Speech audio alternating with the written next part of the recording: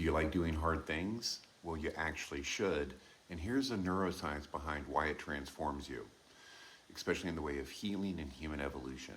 One of the most important parts of the brain in this protocol that we use, this embodiment protocol, probably mess this up, but it's the anterior mid-cingulate cortex, or the AMCC. I got it right this time. Most people have never heard about it, but it's one of the most important critical regions for transformation.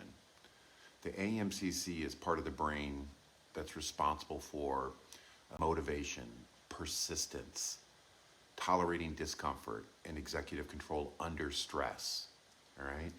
Also for choosing the harder but better option. And especially in the embodiment protocol, staying with yourself when your system wants to escape. You following me? So if you think about any real change in life, awakening, healing, embodiment, it's impossible without the capacity to sit with discomfort long enough for a new identity to form. That capacity is trained, not gifted.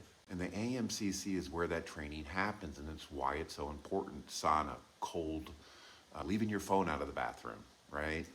The AMCC lights up when you face intentional, safe discomfort.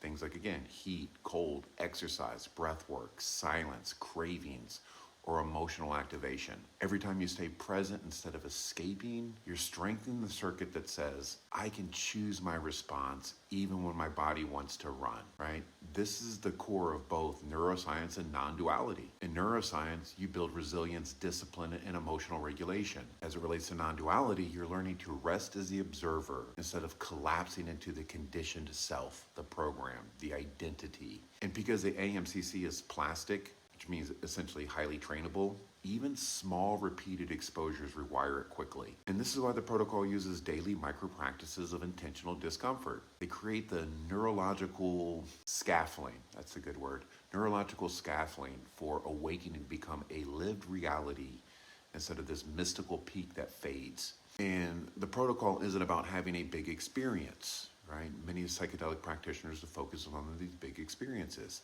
It's about changing who you are across time. And to do that, you need to do a couple things.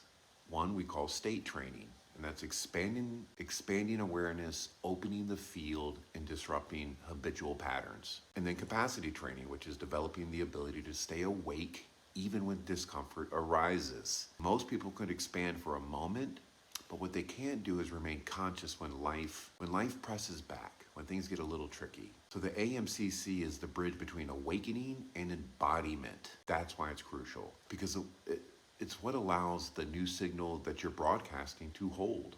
Old emotional patterns to fall apart without you collapsing.